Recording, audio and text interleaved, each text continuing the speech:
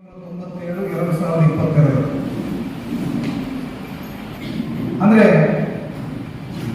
125 ವರ್ಷಗಳು ನೇತಾಜಿಯವರ ಜನ್ಮ ಜಯಂತಿಗೆ 125ನೇ ವರ್ಷದ ಸಂಭ್ರಮಾಚರಣೆಯಲ್ಲಿ ನಾವೆಲ್ಲ ಇದ್ದೇವೆ. ಹೀಗಾಗಿ ಪ್ರಧಾನಮಂತ್ರಿ ನರೇಂದ್ರ ಮೋದಿ ಅವರು ಒಂದು ಕರೆಯನ್ನು ಕೊಟ್ಟರು.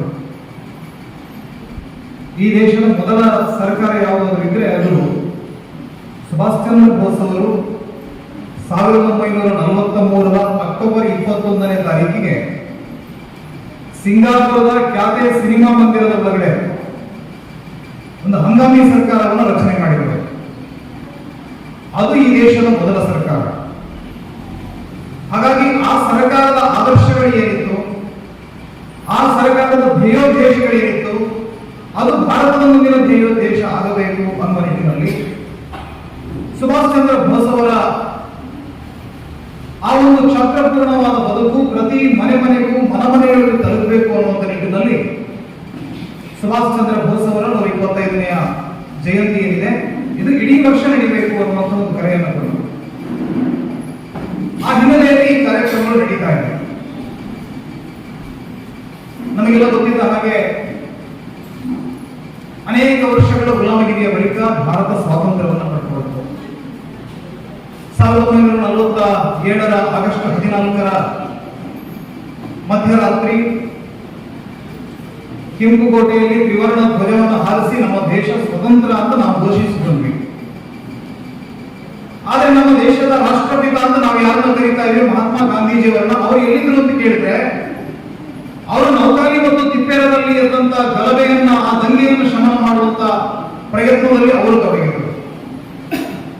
ಈ ಕಡೆ ಲಾಹೋರ್ ಪಂಜಾಬ್ ಹೊತ್ತಿ ಉರಿತಾ ಇದೆ, ಸಹಸ್ರಾರು ಜನರ ಮಾನ ಪ್ರಾಣಗಳು ಅಪಾಯದಲ್ಲಿದ್ದು 24 ಲಕ್ಷ ಜನರ ಕಗ್ಗೊಲೆ ನಡೆಯಿತು. ಕೋಟ್ಯಾಂತರ ಜನ ತಾವು ಹುಟ್ಟಿ ಬೆಳೆದಂತ ಊರಿನಲ್ಲೇ ಅವರೆಲ್ಲರೂ ಕೂಡ ಪರಕೀಯರಾಗಿಬಿಟ್ಟು ಇವತ್ತಿಗೂ ನಶಿಸಿ ಹೋದರು. ನಮ್ಮ ಸಂಸ್ಕೃತಿ, ನಮ್ಮ ಪರಂಪರೆಗಳು, ನಮ್ಮ ತೀರ್ಥಕ್ಷೇತ್ರ ಎಲ್ಲವನ್ನೂ ನಾವು ಕಳ್ಕೊಂಡ್ವಿ. 1938ರಲ್ಲಿ ಹರಿಪುರದಲ್ಲಿ ಕಾಂಗ್ರೆಸ್ನ ಅಧ್ಯಕ್ಷೀಯ ಭಾಷಣದಲ್ಲಿ ಸುಭಾಷ್ ಚಂದ್ರ ಬೋಸ್ ಅವರು ಕರೆಯನ್ನು ಕೊಡ್ತಾರೆ. ಈ ದೇಶ ಮುಂದೊಂದು ದಿನ ಮತೀಯ ದಂಗೆಗಳಿಂದ ನರಳತ್ತೆ. ಈ ದೇಶವನ್ನು ನಾವು ಅಖಂಡವಾಗಿ ಉಳಿಸಿಕೊಳ್ಳಬೇಕಿದ್ರೆ ಈ ಒಂದು ದೇಶವನ್ನು ಒಡೆಯುವ ಷಡ್ಯಂತ್ರವನ್ನು ಮಾಡ್ತಾ ಇರುವಂತಹ ಸಾಮ್ರಾಜ್ಯಶಾಹಿ ಶಕ್ತಿಗಳ ವಿರುದ್ಧ ನಾವು ಅತ್ಯಂತ ಧೈರ್ಯದಿಂದ ಹೋರಾಟವನ್ನು ಮಾಡಬೇಕು. ಈ ಮನವಿ ಪತ್ರಗಳ ವ್ಯವಹಾರದಿಂದ ಸ್ವಾತಂತ್ರ್ಯ ಸಿಗುವುದಿಲ್ಲ ಅಂತ ಹೇಳಿ ಬಹಳ ವಿದ್ವತ್ಪೂರ್ಣವಾದ ಭಾಷಣವನ್ನ ಹರಿಪುರದ ಅಧಿವೇಶನದಲ್ಲಿ ಸುಭಾಷ್ ಚಂದ್ರ ಬೋಸ್ ಅವರು ಮಾಡ್ತಾರೆ. ಅವರು ಹೇಳ್ತಾರೆ, ಆಸ್ತ್ರ ಪದ್ಧತಿಯಲ್ಲಿ ಭಾರತವನ್ನು ನೋಡುವ ಪ್ರಯತ್ನ ಆಗತ್ತೆ. ಇವತ್ತು 1918ರಲ್ಲಿ ಪ್ಯಾಲೆಸ್ತೈನ್ ಮತ್ತು ಇಸ್ರೇಲ್ನ ನಡುವೆ ಬಹಳ ದೊಡ್ಡ ಕಂದಕವನ್ನು ಅವರು ಸೃಷ್ಟಿ ಮಾಡಿದ್ದಾರೆ. ಅದೇ ರೀತಿಯ ಪ್ರಯತ್ನ ಇಲ್ಲೂ ಕೂಡ ನಡೆಯುತ್ತೆ ಅನ್ನುವಂಥ ಮಾತನ್ನ ಸುಭಾಷ್ ಚಂದ್ರ ಬೋಸ್ ಅವರು ಆವತ್ತು ನೆನಪು ಮಾಡಿದರು. ಸುಭಾಷ್ ಚಂದ್ರ ಬೋಸ್ ಅವರ ಇಡೀ ನಡೆಯನ್ನು ಗಮನಿಸಿದರೆ ಒಬ್ಬ ದಾರ್ಶನಿಕ ರೀತಿಯಲ್ಲಿ ಈ ದೇಶ ಯಾವ ಯಾವ ಸಮಸ್ಯೆಗಳನ್ನು ಮುಂದೆ ಎದುರಿಸಿತ್ತೋ ಅದೆಲ್ಲದರ ಸೂಚನೆಯನ್ನು ಅವರು ಕೊಟ್ಟಿದ್ದರು. ನಾವು ಅವರ ಬಾಲ್ಯವನ್ನು ಗಮನಿಸಿದರೆ ಅವರ ಮನೆಯಲ್ಲಿ ಬಹಳ ಶ್ರೀಮಂತವಾದ ಕುಟುಂಬ, ಬಂಗಾಳದ ಬಹಳ ಶ್ರೀಮಂತವಾದ ಕುಟುಂಬ. ಅವರ ತಂದೆ ತಾಯಿಗೆ ಮಗ ICS ಪರೀಕ್ಷೆಯನ್ನ ಪಾಸ್ ಮಾಡಿ ಒಂದು ಒಳ್ಳೆಯ ಸರ್ಕಾರಿ ಉದ್ದಿಮೆಯನ್ನ ಉದ್ಯೋಗವನ್ನು ಪಡ್ಕೋಬೇಕು ಅನ್ನುವಂತ ಬಹಳ ಆಸೆ ಇತ್ತು. ಆದ್ರೆ ಮನೆಯವರಿಗೆ ಹೇಳ್ತಾರೆ, ನಾನು ಸತ್ರು ಕೂಡ ಸರ್ಕಾರದ ಗುಲಾಮಗಿರಿ ಮಾಡಲ್ಲ, ಬ್ರಿಟಿಷರ ಗುಲಾಮಗಿರಿ ಮಾಡಲ್ಲ. ಅದಕ್ಕೆ ಅವರ ತಂದೆ ಬಹಳ ಹಾಸ್ಯದ ಧ್ವನಿಯನ್ನು ಹೇಳಿದ್ರು, ನಿಮಗೆ ICS ಪಾಸ್ ಮಾಡೋ ಯೋಗ್ಯತೆ ಇಲ್ಲ, ಅದಕ್ಕೆ ಈ ತರ ಹೇಳ್ತಾ ಇದ್ದೀನಿ. ಅದಕ್ಕೆ ಅವ್ರು ಹೇಳ್ತಾರೆ, ICS ಪಾಸ್ ಮಾಡ್ತೇನೆ, ಆದ್ರೆ ನಾನು ಬ್ರಿಟಿಷರ ಸರ್ವಿಸ್ ಅಂತೂ ಮಾಡಲ್ಲ ಅಂತ ಹೇಳಿದ್ರು. ICS ಪಾಸ್ ಮಾಡ್ತಾರೆ, ಕೇವಲ 7-8 ತಿಂಗಳ ಓದಿನಲ್ಲಿ ಎಂತ ಅದ್ಭುತವಾದಂತ ಪರೀಕ್ಷೆಯನ್ನ ಬರೆದು ಪಾಸ್ ಮಾಡಿದ್ರು ಅಂತ ಕೇಳಿದ್ರೆ ಆವತ್ತಿಗೆ 4ನೇ ರ್ಯಾಂಕ್ ಅನ್ನು ಬಂತು. 4ನೇ ರ್ಯಾಂಕ್ ಅನ್ನು ಪಡೆದುಕೊಂಡಂತ ಸುಭಾಷ್ ಚಂದ್ರ ಬೋಸ್ ಅವರು ಆ ICS ಪದವಿಯನ್ನು ತ್ಯಾಗ ಮಾಡ್ತಾರೆ, ಬ್ರಿಟಿಷರ ಗುಲಾಮಗಿರಿ ಮಾಡೋದು. ಆ ಕಾಲಕ್ಕೆ ಭಾರತೀಯರಿಗೆ ICS ಪದವಿ ಸಿಗೋದೇ ಬಹಳ ದೊಡ್ಡ ಸಂಗತಿ. ಅಂತದ್ರಲ್ಲಿ ಆ ಪದವಿಯನ್ನ ತ್ಯಾಗ ಮಾಡ್ತಾರೆ. ತ್ಯಾಗ ಮಾಡಿ ಬಂದು ಏನ್ ಮಾಡ್ತಾರೆ ಅಂತ ಕೇಳಿದ್ರೆ ಆವತ್ತಿಗೆ ಬಹಳ ದೊಡ್ಡ ಇಡೀ ಬಂಗಾಳದಲ್ಲಿ ಬಹಳ ದೊಡ್ಡ ನಾಯಕರಾಗಿದ್ದಂತ ಚಿತ್ತರಂಜನ್ ದಾಸ್ ಅವರ ಪತ್ರಿಕೆಯಲ್ಲಿ ಸೇರ್ಕೊಳ್ತಾರೆ. ಫಾರ್ವರ್ಡ್ ಅನ್ನುವಂತ ಪತ್ರಿಕೆಯನ್ನು ಅವರು ನಡೆಸ್ತಾ ಇದ್ರು. ಆ ಪತ್ರಿಕೆಯಲ್ಲಿ ಬಂದು ಸೇರ್ಕೊಳ್ತಾರೆ. ಸೇರ್ಕೊಂಡು ಭಾರತದ ಜನರನ್ನ ಜಾಗೃತಿ ಮಾಡೋದಕ್ಕೆ ಸರಣಿಯಾಗಿ ಬರಹಗಳನ್ನು ಬರೀತಾರೆ. ನಿರಂತರವಾದ ಅವರ ಆ ಕ್ರಾಂತಿಕಾರಿ ಬರಹಗಳಿಂದಾಗಿ ಬಂಗಾಳದ ಯುವಕರು ಬಹಳ ದೊಡ್ಡ ಮಟ್ಟದಲ್ಲಿ ಪ್ರೇರಣೆಯನ್ನು ಪಡೆದುಕೊಂಡ್ರು. ಸರ್ಕಾರ ಎಚ್ಚೆತ್ತುಕೊಳ್ಳಲು ಹೇಳ್ತಾರೆ, ಇವನನ್ನು ಬಿಡಬಾರದು, ಇವನಿಗೆ ಶಿಕ್ಷೆ ಕೊಡಬೇಕು. 6 ತಿಂಗಳ ಶಿಕ್ಷೆಯನ್ನು ವಿಧಿಸಿದರು. 6 ತಿಂಗಳ ಜೈಲು ವಾಸದ ಶಿಕ್ಷೆ ಘೋಷಣೆಯಾಗ್ತಾ ಇದ್ದ ಹಾಗೆ ಸುಭಾಷ್ ಚಂದ್ರ ಬೋಸ್ ಅವರು ಹೇಳ್ತಾರೆ, ಒಬ್ಬ ಕೋಳಿ ಕತ್ತವನಿಗೆ ಕೊಡುವಂತ ಶಿಕ್ಷೆಯನ್ನು ನಾನು ಕೊಡ್ತಾ ಇದ್ದೀನಿ, ನೀವು ಇದಕ್ಕಿಂತ ದೊಡ್ಡದಾದ ಕಾರಣವೇ ನೀವು ಮುಂದೆ ಮಾಡ್ತೀರಿ ಅಂತ ಹೇಳಿದ್ರು. ಅಲ್ಲಿಂದ ನಂತರ ಅವರ ಪ್ರಯತ್ನಗಳು ಏನಿತ್ತು, ಸ್ವತಂತ್ರವನ್ನ ಭಾರತ ಪಡ್ಕೊಳ್ಬೇಕು ಅನ್ನುವಂಥ ನಿಟ್ಟಿನಲ್ಲಿ ಆ ಪ್ರಯತ್ನದಲ್ಲಿ 11 ಬಾರಿ ಜೈಲಿಗೆ ಹೋಗ್ತಾರೆ. ನಿರಂತರವಾದ ಜೈಲುವಾಸ, ಕೋರ್ಟು, ಕಟ್ಟಳೆಗಳು, ಪೊಲೀಸ್ ಸ್ಟೇಷನ್. ಈ ಸುಭಾಷ್ ಚಂದ್ರ ಬೋಸ್ ಅನ್ನುವಂತ ಒಬ್ಬ ಪ್ರತಿಭಾವಂತ ವಿದ್ಯಾರ್ಥಿ ಯಾವ ರೀತಿ ಜೀವನವನ್ನು ಮಾಡಬೇಕಿತ್ತು ಅದನ್ನು ತ್ಯಾಗ ಮಾಡಿ ರಾಷ್ಟ್ರಕ್ಕಾಗಿ ನನ್ನ ಬದುಕು ಸಮರ್ಪಿತ ಅನ್ನುವ ರೀತಿಯಲ್ಲಿ ಕ್ರಾಂತಿಕಾರಿ ಚಟುವಟಿಕೆಯಲ್ಲಿ ತೊಡಗಿಕೊಳ್ತಾರೆ. ಬಂಗಾಳದ ನೆಲ ಅಂದ್ರೆ ಅದು ಕ್ರಾಂತಿಕಾರಿಗಳ ನೆಲ. ಒಬ್ಬೊಬ್ಬ ಪುರುಷ ಸಿಂಹಗಳು ಬಂಗಾಳದಲ್ಲಿ ಹುಟ್ಟಿದ್ರು. ಅದು ಭಾಗ ಜತೀನ್ ಇರ್ಬೋದು, ಖುದಿರಾಮ್ ಬೋಸ್ ಅವರು ಇರ್ಬೋದು. ಇವರೆಲ್ಲರಿಗೂ ಕೂಡ ಆದರ್ಶಪ್ರಾಯರಾಗಿದ್ದಂತ ಸ್ವಾಮಿ ವಿವೇಕಾನಂದರು, ಸ್ವಾಮಿ ಮಹರ್ಷಿ ಅರವಿಂದರ ತಮ್ಮ ಭರೇಂದ್ರ ಮತ್ತು ವಿವೇಕಾನಂದರ ತಮ್ಮ ಭೂಪೇಂದ್ರ ಇವರೆಲ್ಲರೂ ಸೇರಿಕೊಂಡು ಯುಗಾಂತರ ಅನ್ನುವಂತ ಒಂದು ಕ್ರಾಂತಿಕಾರಿ ಸಂಘಟನೆಯನ್ನು ಹೊರತಾಕ್ತಾರೆ. ಈ ಯುಗಾಂತರ ಅನ್ನುವಂತ ಕ್ರಾಂತಿಕಾರಿ ಸಂಘಟನೆಯ ಮೂಲಕ ಅನೇಕ ಕ್ರಾಂತಿಕಾರಿ ಚಟುವಟಿಕೆಗಳು ಎಲ್ಲರಿಗೂ ಸೂರ್ಯ ಸೇರಿದಂತವರು 10ನೇ ತರಗತಿ 7ನೇ ತರಗತಿಯ ಮಕ್ಕಳನ್ನ ತಗೊಂಡು ಬ್ರಿಟಿಷರ ಖಜಾನೆಯನ್ನು ಲೂಟಿ ಮಾಡುವಂತಹ, ಶಸ್ತ್ರಾಗಾರವನ್ನು ಲೂಟಿ ಮಾಡುವಂತಹ ಪ್ರಯತ್ನವನ್ನು ಮಾಡಿದ್ರು. ಒಂದು ದೊಡ್ಡ ಮಟ್ಟದ ಕ್ರಾಂತಿಯನ್ನು ಮಾಡ್ತಾರೆ. ಕಲ್ಪನಾ ದತ್ತ, ಪ್ರೀತಿಲತಾ ವಡ್ಡೇದಾರ್ ಎಂತೆಂಥ ಕ್ರಾಂತಿಕಾರಿಗಳನ್ನ ಬಂಗಾಳ ನೋಡುತ್ತೆ. ಅದೇ ಬಂಗಾಳದ ನೆಲದಲ್ಲಿ ಆ ಬಂಗಾಳದ ಹೆಬ್ಬುಲಿ ಎನ್ನುವ ರೀತಿಯಲ್ಲಿ ಹುಟ್ಟಿ ಬೆಳೆದವರು ಸುಭಾಷ್ ಚಂದ್ರ ಬೋಸ್ ಅವರು. ಸುಭಾಷ್ ಚಂದ್ರ ಬೋಸ್ ಅವರನ್ನ ಅವರು ಗಾಂಧಿಯನ್ನು ಮೊದಲ ಬಾರಿಗೆ ಭೇಟಿಯಾಗ್ತಾರೆ. ಗಾಂಧಿ ಮತ್ತು ಅವರ ವಿಚಾರಗಳಲ್ಲಿ ಬಹಳ ವೈರುಧ್ಯ ಇತ್ತು. ಆದರೆ ಇಬ್ಬರ ಗುರಿ ಒಂದೇ ಆಗಿತ್ತು. ಇಬ್ಬರು ಕೂಡ ದೇಶ ಸ್ವತಂತ್ರಗೊಳ್ಳಬೇಕು ಅನ್ನೋ ನಿಟ್ಟಿನಲ್ಲಿ ತಮ್ಮ ಬದುಕನ್ನು ಸಮರ್ಪಣೆಗೊಳಿಸಿ ಕೆಲಸ ಮಾಡ್ತಾ ಇದ್ದಾರೆ. 1938ರಲ್ಲಿ ಕಾಂಗ್ರೆಸ್ಸಿನ ಅಧ್ಯಕ್ಷರಾಗಿ ಸುಭಾಷ್ ಚಂದ್ರ ಬೋಸ್ ಅವರು ಆಯ್ಕೆ ಆಗ್ತಾರೆ. ಆಯ್ಕೆಯಾಗಿ ಒಂದೇ ವರ್ಷದಲ್ಲಿ ಅವರಿಗೂ ಮತ್ತು ಗಾಂಧಿಗೂ ಬಹಳ ತಿಕ್ಕಾಟಗಳು ನಡೆದೋಯಿತು. 39ನೇ ವರ್ಷದ ಅಂದ್ರೆ 1939ನೇ ವರ್ಷದ ಇಸವಿಯಲ್ಲಿ ನೀವು ಅಧ್ಯಕ್ಷೀಯ ಚುನಾವಣೆಗೆ ನಿಲ್ಲಬಾರದು ಅಂತ ಗಾಂಧಿಯವರು ಪ್ರೆಷರ್ ಕ್ರಿಯೇಟ್ ಮಾಡ್ತಾರೆ. ಅವರು ಹೇಳ್ತಾರೆ, ಕಾಂಗ್ರೆಸ್ ಅನ್ನುವಂಥದ್ದು ಅದು ಸಾರ್ವಜನಿಕವಾಗಿ ದೇಶದ ಜನರ ಪ್ರತಿನಿಧಿಯಾಗಿರುವಂತಹ ಒಂದು ಸಂಸ್ಥೆ. ಅದರಲ್ಲಿ ನಾವು ಚುನಾವಣೆ ನಿಲ್ಲಬೇಕು ಇಲ್ಲವೋ ಬೇಡವೋ ಅನ್ನೋದನ್ನ ನೀವು ಡಿಸೈಡ್ ಮಾಡೋ ಹಾಗಿಲ್ಲ ಅಂತ ಹೇಳಿ ಗಾಂಧೀಜಿಯವರ ಜೊತೆ ವಾಗ್ವಾದಗಳು ನಡೆದೋಯ್ತು. ಗಾಂಧೀಜಿಯವರು ಏನ್ ಮಾಡ್ತಾರೆ, ಪಟಾಭಿ ಸೀತಾರಾಮಯ್ಯ ಅವರನ್ನ ಅಧ್ಯಕ್ಷೀಯ ಚುನಾವಣೆಗೆ ತಯಾರು ಮಾಡ್ತಾರೆ. ಸುಭಾಷ್ ಚಂದ್ರ ಬೋಸ್ ಅವರಿಗೆ ಹೇಳ್ತಾರೆ, ನೀವು ಇದರ ವಿರುದ್ಧ ಹೋಗಬಾರದು. ಗಾಂಧೀಜಿಯವರ ಮೊನೊಪೊಲಿ ಏನಿತ್ತು, ಸರ್ವಾಧಿಕಾರಿ ಧೋರಣೆ ಏನಿತ್ತು, ಅದರ ವಿರುದ್ಧವಾಗಿ ಸುಭಾಷ್ ಚಂದ್ರ ಬೋಸ್ ಅವರು ಆ ವರ್ಷ ಚುನಾವಣೆಗೆ ಕಂಟೆಸ್ಟ್ ಮಾಡ್ತಾರೆ. ಗಾಂಧೀಜಿಯವರು ಪ್ರತಿಯೊಬ್ಬರನ್ನ ಕರೆದು ಹೇಳ್ತಾರೆ, ಇದು ನನ್ನ ವೈಯಕ್ತಿಕವಾಗಿ ನನ್ನ ಪ್ರತಿಷ್ಠೆಯ ವಿಚಾರ. ಹಾಗಾಗಿ ನೀವು ಪಟ್ಟಾಭಿ ಸೀತಾರಾಮಯ್ಯ ಸೋಲದ ಹಾಗೆ ನೋಡ್ಕೊಳ್ಬೇಕು, ಸುಭಾಷ್ ಚಂದ್ರ ಬೋಸ್ ವಿರುದ್ಧ ನೀವು ಮತ ಹಾಕಬೇಕು ಅಂತ ಹೇಳಿ ಗಾಂಧೀಜಿಯವರು ಬಹಿರಂಗವಾಗಿ ಕರೆಯನ್ನು ಕೊಡ್ತಾರೆ. ಆದ್ರೆ 1939ರ ಚುನಾವಣೆಯಲ್ಲಿ 1375 ಮತಗಳು ಪಟ್ಟಾಭಿ ಸೀತಾರಾಮಯ್ಯ ಅವರಿಗೆ ಬಿದ್ದರೆ 1580 ಮತಗಳು ಸುಭಾಷ್ ಚಂದ್ರ ಬೋಸ್ ಅವರಿಗೆ ಬೀಳುತ್ತೆ. ಸುಭಾಷ್ ಚಂದ್ರ ಬೋಸ್ ಅವರು ಆ ಚುನಾವಣೆಯಲ್ಲಿ ಜಯಗಳಿಸಿ ಕಾಂಗ್ರೆಸ್ನ ರಾಷ್ಟ್ರೀಯ ಅಧ್ಯಕ್ಷರಾಗಿ ಆಯ್ಕೆಯಾಗ್ತಾರೆ. ಇವತ್ತಿನ ಕಾಂಗ್ರೆಸ್ನ ರಾಷ್ಟ್ರೀಯ ಅಧ್ಯಕ್ಷರು ಇವರೆಲ್ಲರೂ ಒಮ್ಮೆ ರಾಜೀನಾಮೆ ಕೊಟ್ಟು ಹಾಗೆ ಮಾಡೋದು, ಮತ್ತೆ ಅವರನ್ನು ಮನವೊಲಿಸುವ ಹಾಗೆ ಅವರ ತಂಡದವರೇ ಮಾಡಿಕೊಂಡು ಮತ್ತೆ ಕರ್ಕೊಂಡು ಬಂದು ಅವರನ್ನು ಅಧ್ಯಕ್ಷ ಮಾಡುವಂತಹ ಪ್ರಕ್ರಿಯೆ ಇದು ಗಾಂಧಿ ಕಾಲದಲ್ಲಿ ಆರಂಭ ಆಗಿತ್ತು. ಆದರೆ ಈ ವ್ಯವಸ್ಥೆಯ ವಿರುದ್ಧ ಮಾತನಾಡಿದಂತ ವ್ಯಕ್ತಿ ಸುಭಾಷ್ ಚಂದ್ರ ಬೋಸ್ ಅವರು. ಇದರ ನಂತರ ಏನಾಯಿತು, ಕಾರ್ಯಕಾರಿಣಿಯಲ್ಲಿದ್ದಂತ ಒಬ್ಬೊಬ್ಬರೇ ಬಂದು ರಾಜೀನಾಮೆ ಕೊಡೋದಕ್ಕೆ ಆರಂಭ ಮಾಡಿದ್ರು. ಒಬ್ಬೊಬ್ಬರೇ ಒಂದು ರಾಜೀನಾಮೆ ಕೊಡೋದು, ಗಾಂಧೀಜಿಯವರ ವಿರುದ್ಧವಾಗಿ ನಮ್ಮ ಕೆಲಸ ಮಾಡಕ್ಕಾಗಲ್ಲ ಅಂತ ಹೇಳಿ ರಾಜೀನಾಮೆ ಕೊಟ್ಟು ಸುಭಾಷ್ ಚಂದ್ರ ಬೋಸ್ ಅವರಿಗೆ ಮುಜುಗರವನ್ನು ಮಾಡುವಂತ ಕೆಲಸವನ್ನು ಮಾಡಿದರು. ಇದರ ಪರಿಣಾಮವಾಗಿ ಸುಭಾಷ್ ಚಂದ್ರ ಬೋಸ್ ಅವರು ಮನಸ್ಸಿಗೆ ಬಹಳ ಬೇಸರವಾಗಿ ಕಾಂಗ್ರೆಸ್ ಅನ್ನು ತೊರೆದು ಹೊರಗೆ ಬರ್ತಾರೆ. ಅವರು ಫಾರ್ವರ್ಡ್ ಬ್ಲಾಕ್ ಅನ್ನುವಂತ ಒಂದು ತನ್ನದೇ ಆದಂತ ಒಂದು ರಾಜಕೀಯ ಪಕ್ಷವನ್ನು ಕಟ್ಟಿಕೊಂಡರು. ಆ ರಾಜಕೀಯ ಪಕ್ಷದ ಮೂಲಕ ಮತ್ತೆ ಕ್ರಾಂತಿಕಾರಿ ಚಟುವಟಿಕೆಗಳು ಮತ್ತೆ ಹೋರಾಟ. 1940 1940 ಆಸುಪಾಸಿನಲ್ಲಿ ಸುಭಾಷ್ ಚಂದ್ರ ಬೋಸ್ ಅವರು ಇಡೀ ಒಂದು ದೇಶದ ಒಟ್ಟು ಸ್ಥಿತಿಗತಿಗಳನ್ನು ಗಮನಿಸಿ ಹೇಳ್ತಾರೆ, ಮೊದಲ ವಿಶ್ವ ಯುದ್ಧದ ಸಂದರ್ಭದಲ್ಲಿ ಅನೇಕ ದೇಶಗಳು ಸ್ವಾತಂತ್ರ್ಯವನ್ನು ಪಡ್ಕೊಂಡು ಈಗ ಎರಡನೇ ವಿಶ್ವ ಯುದ್ಧಕ್ಕೆ ಒಂದು ಭೂಮಿಗೆ ಸಿದ್ಧವಾಗಿದೆ. ಬ್ರಿಟಿಷರು ಈ ಬಾರಿ ಕೂಡ ನಮ್ಮನ್ನು ಯುದ್ಧದಲ್ಲಿ ತೊಡಗಿಸ್ತಾರೆ, ಭಾರತೀಯರನ್ನ ಈ ಯುದ್ಧಕ್ಕೆ ಎಳಿತಾರೆ. ಒಂದನೇ ವಿಶ್ವ ಯುದ್ಧದ ಸಂದರ್ಭದಲ್ಲಿ ಈ ಯುದ್ಧವನ್ನು ಗೆದ್ದರೆ ನಾವು ಭಾರತಕ್ಕೆ ಸ್ವಾತಂತ್ರ್ಯವನ್ನು ಕೊಡ್ತೀವಿ, ಭಾರತೀಯರೆಲ್ಲರೂ ಕೂಡ ನಮ್ಮ ಜೊತೆ ಕೈ ಜೋಡಿಸಬೇಕು ಅಂತ ಹೇಳಿ ನಮ್ಮನ್ನೆಲ್ಲ ಕರ್ಕೊಂಡು ಹೋದ್ರು.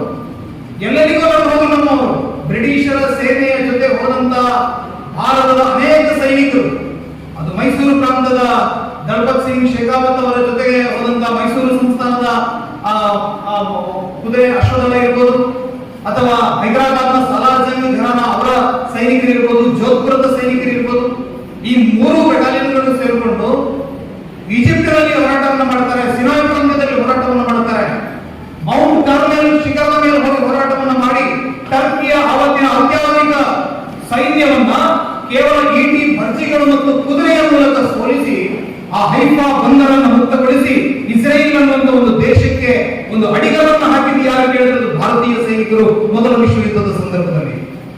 ಆದ್ರೆ ಇಷ್ಟೆಲ್ಲ ತ್ಯಾಗವನ್ನು ಮಾಡಿದ ಬಳಿಕ ಭಾರತೀಯರಿಗೆ ಸ್ವಾತಂತ್ರ್ಯ ಕೊಡುವುದರ ಬಗ್ಗೆ ಅವರು ಮಾತನಾಡಲಿಲ್ಲ. ಒಂದನೇ ವಿಶ್ವ ಯುದ್ಧ ಮುಗಿಸಿ ಬಂದ ಬಳಿಕ ಬ್ರಿಟಿಷರು ಭಾರತಕ್ಕೆ ಸ್ವಾತಂತ್ರ್ಯ ಕೊಡುವಂತ ಪ್ರಸ್ತಾಪವನ್ನು ತಳ್ಳಿ ಹಾಕಿದ್ರು. ನಮ್ಮ ಕಾಂಗ್ರೆಸ್ಸಿನವರ ವರ್ತನೆಗಳು ಹೇಗಿತ್ತು ಅಂದ್ರೆ, ನಮಗೆ ಒಂದು ಡೊಮಿನಿಯನ್ ಸ್ಟೇಟಸ್ಗಳು, ಅಂದ್ರೆ ನಾವು ಅಧೀನ ರಾಜ್ಯವಾಗಿರ್ತೀವಿ, ನಮಗೆ ಒಂದು 4 ಚುನಾವಣೆಗೆ ನಿಲ್ಲೋದಕ್ಕೆ ಅವಕಾಶ ಮಾಡಿಕೊಡಿ, ನಮ್ಮ ಮನವಿ ಪತ್ರಗಳನ್ನು ನೀವು ಸ್ವೀಕರಿಸಿ, ಒಂದು ಕೀ ಪೋಸ್ಟ್ಗಳಲ್ಲಿ ನೀವೇ ಇರಿ, ಬ್ರಿಟಿಷರು ನಮಗೆ ತೊಂದರೆ ಇಲ್ಲ, ಆದ್ರೆ ನಮಗೆ ಚುನಾವಣೆಗೆ ನಿಲ್ಲಬೇಕು, ಸಣ್ಣ ಪುಟ್ಟ ಅಧಿಕಾರವನ್ನು ನಮ್ಗೆ ಕೊಡಿ ಅನ್ನುವಂತ ಹಂತವಾಗಿ ಬೇಡಿಕೆಗಳನ್ನು ಇಡುವ ಮೂಲಕ ಈ ದೇಶದ ಒಟ್ಟು ವ್ಯವಸ್ಥೆ ಹೋರಾಟ ಏನಿತ್ತು ಅದನ್ನು ಹರಡಿಸುವಂತಹ ಪ್ರಯತ್ನವನ್ನು ಬ್ರಿಟಿಷರು ಮಾಡ್ತಾ ಇದ್ರು, ಕಾಂಗ್ರೆಸ್ಸಿಗರು ಮಾಡ್ತಾ ಇದ್ರು. ಇದರ ವಿರುದ್ಧವಾಗಿ ಸುಭಾಷ್ ಚಂದ್ರ ಬೋಸ್ ಅವರು ಸಂಪೂರ್ಣ ಸ್ವರಾಜ್ಯದ ಘೋಷಣೆಯನ್ನು ಮಾಡ್ತಾರೆ, ಮಾಡು ಇಲ್ಲವೇ ಮಡಿ ಅನ್ನುವಂತ ಹೇಳಿಕೆಯನ್ನು ಕೊಡ್ತಾರೆ. ಅದರ ಜೊತೆಗೆ ನೀವು ರಕ್ತವನ್ನು ಕೊಡಿ, ನಿಮಗೆ ನಾನು ಸ್ವಾತಂತ್ರ್ಯ ಕೊಡ್ತೀನಿ ಅಂತ ಹೇಳಿ ನೇರವಾಗಿ ಯುದ್ಧಕ್ಕೆ ಕರೆಯನ್ನು ಕೊಡ್ತಾರೆ. ಇದರ ಪರಿಣಾಮವಾಗಿ ಫಾರ್ವರ್ಡ್ ಬ್ಲಾಕ್ ಏನಿದೆ, ಇದರ ಕಾರ್ಯಕರ್ತರು ಐತಿಹಾಸಿಕವಾದಂತಹ ಕಲ್ಕತ್ತಾದ ಅನೇಕ ಬ್ರಿಟಿಷರ ಸ್ಮಾರಕಗಳನ್ನು ಮೊದಲು ಹೊಡಿಬೇಕು, ಈ ಗುಲಾಮರಿಗೆ ಸಂಕೇತಗಳನ್ನು ನಾವು ಇಟ್ಕೊಳ್ಬಾರದು ಅಂತ ಹೇಳಿ ಆ ಸ್ಮಾರಕಗಳ ವಿರುದ್ಧ ಒಂದು ಚಳವಳಿಯನ್ನು ಆರಂಭ ಮಾಡ್ತಾರೆ. ಈ ಸಂದರ್ಭದಲ್ಲಿ ಸುಭಾಷ್ ಚಂದ್ರ ಬೋಸ್ ಅವರು ಅನೇಕ ಕ್ರಾಂತಿಕಾರಿಗಳನ್ನು ಭೇಟಿಯಾಗ್ತಾರೆ. ಆ ಕ್ರಾಂತಿಕಾರಿಗಳ ಪೈಕಿ ಒಬ್ಬರು ಯಾರು ಕೇಳಿದ್ರೆ ರತ್ನಗಿರಿಯಲ್ಲಿ ಆಗ ಸ್ಥಾನ ಪದ್ಧತಿಯಲ್ಲಿ ಗೃಹ ಬಂಧನದಲ್ಲಿದ್ದಂತಹ ಸಾವರ್ಕರ್ ಅವರು, ವೀರ ಸಾವರ್ಕರ್ ಅವರು ಕರಿನೀರಿನ ಶಿಕ್ಷೆಯನ್ನು ಅನುಭವಿಸಿ ಆಗ ತಾನೇ ಸ್ಥಾನ ಪದ್ಧತಿಗೆ ಬಂದು ರತ್ನಗಿರಿಯಲ್ಲಿ ವಾಸವಾಗಿದ್ರು. ಬಹಳ ಅದ್ಭುತವಾದಂತಹ ಲೇಖನಗಳನ್ನು ಬರೆಯುವ ಮೂಲಕ, ಪುಸ್ತಕಗಳನ್ನು ಬರೆಯುವ ಮೂಲಕ, ಇತಿಹಾಸವನ್ನು ಕೆದಕಿ ಅದರ ಮಾಹಿತಿಯನ್ನ ಸಮಾಜದ ಮುಂದೆ ಇಡುವ ಮೂಲಕ ಬ್ರಿಟಿಷರಿಗೆ ಒಂದರ ಮೇಲೆ ಒಂದರ ಹಾಗೆ ಆಘಾತವನ್ನು ಉಂಟು ಮಾಡ್ತಾ ಇದ್ದವರು ಸಾವರ್ಕರ್. ಸಾವರ್ಕರ್ ಅವರನ್ನ ಭೇಟಿ ಆದರೂ ಅವತ್ತು ಒಂದು ಐತಿಹಾಸಿಕವಾದಂತಹ ಭೇಟಿ. ಸುಭಾಷ್ ಬಾಬು, ನಿಮ್ಮ ಮುಂದಿನ ನಡೆಯನ್ನು ಏನು ಯೋಚನೆ ಮಾಡಿದ್ದೀರಿ ಎಂದು ಕೇಳಿದಾಗ ಸುಭಾಷ್ ಚಂದ್ರ ಬೋಸ್ ಅವರು ಹೇಳ್ತಾರೆ, ಕಲ್ಕತ್ತಾದಲ್ಲಿ ಸೇರಿದ ಹಾಗೆ ದಿಲ್ಲಿ ಅನೇಕ ಕಡೆಗಳಲ್ಲಿ ದೊಡ್ಡ ದೊಡ್ಡ ಸ್ಮಾರಕಗಳನ್ನು ಈ ಬ್ರಿಟಿಷರು ಕಟ್ಟಿಟ್ಟಿದ್ದಾರೆ, ಆ ಎಲ್ಲ ಸ್ಮಾರಕಗಳನ್ನು ನೋಡಬೇಕು ಅಂತ ನಾವು ಹೊರಟಿದ್ದೀವಿ. ಆಗ ಸಾವರ್ಕರ್ ಹೇಳ್ತಾರೆ, ಯಾವುದೋ ಜಡ ಕಲ್ಲು ಮಣ್ಣಿನಿಂದ ಕಟ್ಟಿದಂತಹ ಸ್ಮಾರಕವನ್ನು ಹೊಡೆಯುವುದರಿಂದ ದೇಶಕ್ಕೆ ಸ್ವಾತಂತ್ರ್ಯ ಬರುತ್ತೆ ಅನ್ನೋದು ದುರ್ಘಟನ. ನಾವು ಮಾಡಬೇಕಾಗಿರುವಂತಹ ಕೆಲಸ ಏನು ಕೇಳಿದ್ರೆ, ಇವತ್ತು ಬ್ರಿಟಿಷರ ಸೇನೆಯಲ್ಲಿರುವಂತಹ 80% ಜನ ಯಾರು ಕೇಳಿದ್ರೆ ಅವರು ಭಾರತೀಯರು. ಎರಡನೇ ವಿಶ್ವಯುದ್ಧ ಆರಂಭ ಆಗಿದೆ. ಆ ಎರಡನೇ ವಿಶ್ವಯುದ್ಧ ಆರಂಭ ಆಗಿದೆ. ಆ ವಿಶ್ವಯುದ್ಧದಲ್ಲಿ ಬ್ರಿಟಿಷರು ನಮ್ಮ ಲಕ್ಷಾಂತರ ಸೈನಿಕರನ್ನ ದೇಶದ ಜಗತ್ತಿನ ವಿವಿಧ ಭಾಗದಲ್ಲಿ ರಣಭೂಮಿಯಲ್ಲಿ ತಗೊಂಡೋಗಿ ಬಿಟ್ಟಿದ್ದಾರೆ. ಆ ಯುದ್ಧ ಮಾಡುವಂತಹ ಸಂದರ್ಭದಲ್ಲಿ ಅನೇಕ ನಮ್ಮ ಭಾರತೀಯ ಸೈನಿಕರು ಶತ್ರು ಸೇನೆಯ ವಶವಾಗಿದ್ದಾರೆ. ಆವತ್ತು ಬ್ರಿಟಿಷರ ಶತ್ರು ಸೇನೆ ಯಾವುದು ಕೇಳಿದ್ರೆ ಜರ್ಮನಿ, ಜಪಾನ್. ಆ ಜಪಾನ್ ಮತ್ತು ಜರ್ಮನಿಯ ಕೈಗೆ ಸಿಕ್ಕಿ ಬಿದ್ದಿರುವಂತಹ ಭಾರತೀಯ ಯುದ್ಧ ಕೈದಿಗಳನ್ನ ನಾವು ಸಂಘಟನೆ ಮಾಡಬೇಕು, ಅವರನ್ನ ಸಂಘಟನೆ ಮಾಡಿ ಅವರ ಮೂಲಕ ನಾವು ವಿದೇಶಿ ನೆಲದಿಂದ ಒಂದು ದೊಡ್ಡ ಮಟ್ಟದ ಸೈನ್ಯ ಶಕ್ತಿಯನ್ನ ಭಾರತದ ಮೇಲೆ ತಂದು ಭಾರತದಿಂದ ಬ್ರಿಟಿಷರನ್ನ ತಮ್ಮ ಸ್ವಂತ ಸಾಮರ್ಥ್ಯದಿಂದ ನಮ್ಮ ಶಕ್ತಿಯ ಬಲದಿಂದ ಅವರನ್ನ ಈ ಭಾರತದಿಂದ ಮುಕ್ತಗೊಳಿಸಬೇಕು. ಈ ರೀತಿಯ ಒಂದು ಸೈನಿಕ ಅಭಿಯಾನದ ಬಗ್ಗೆ ನೀವು ಯಾಕೆ ಯೋಚನೆ ಮಾಡಬಾರದು? ಸುಭಾಷ್ ಚಂದ್ರ ಬೋಸ್ ಅವರು ತನ್ನ ಬಾಲ್ಯದ ಕಾಲದಲ್ಲೇ 2000 ಒಂದು ಸಮವಸ್ತ್ರಧಾರಿಗಳ ಒಂದು ಪರೇಡನ್ನು ನಡೆಸಿ ಇಡೀ ಕಲ್ಕತ್ತಾವನ್ನು ಬೆರಗಾಗಿಸಿದರು.